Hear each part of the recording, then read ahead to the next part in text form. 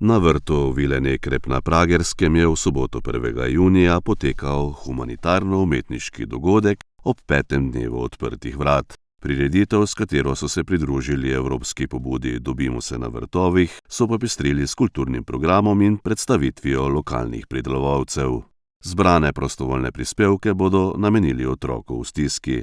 Udeležence dogodka je uvodoma nagovorila gostiteljica Tatjana Nekrep. Zelo sem vesela, da ste se v tako čudovitem številu odzvali našemu povabilu in danes bomo preživeli nekaj skupnega lepega časa tule na 5. dnevu odprtih vrat na vrtu Nekrep. Kakšen bo program? Najprej za začetek imamo pripravljene čudovite slovenske popevke z še bolj čudovitim šopkom deklet iz glasbene šole Slovenska Bistrica pod vodstvom profesorice Petre Turk.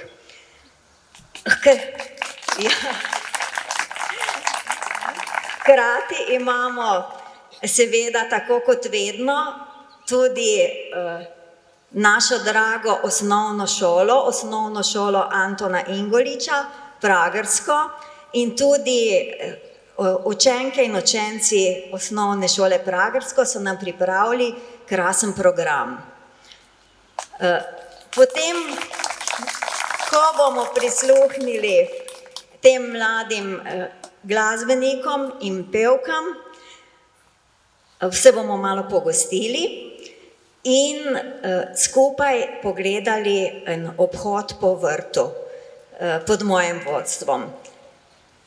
Zdaj bi pa mogoče vseeno na začetku, da koga ne pozabim, poudarila, da imam ob tem, ko pripravljam ta dogodek, seveda imam pri tem močno podporo mojega moža, moje hčere, mojega zeta, ampak temu mojemu povabilu so se odzvali tudi okoliški, bomo rekli, dobri ljudje s humanitarnimi dobrimi nameni, tako da so danes z nami gospod in gospa Pečovnik z odlično kapljico tam zadaj. Za mlajše bomo točili tudi sok, limonado, to nam je prispevala kmetija Leskovar iz Videža pri Slovenski Bistrici.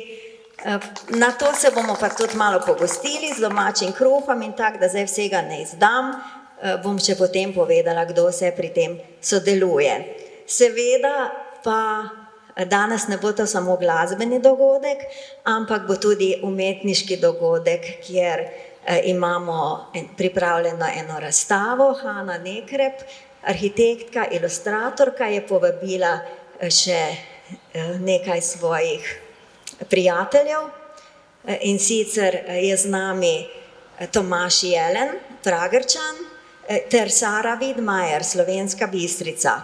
Vidim, da se nam je pravkar pridružila tudi gospa Natalija Senkovič z krasnimi hišicami iz gline.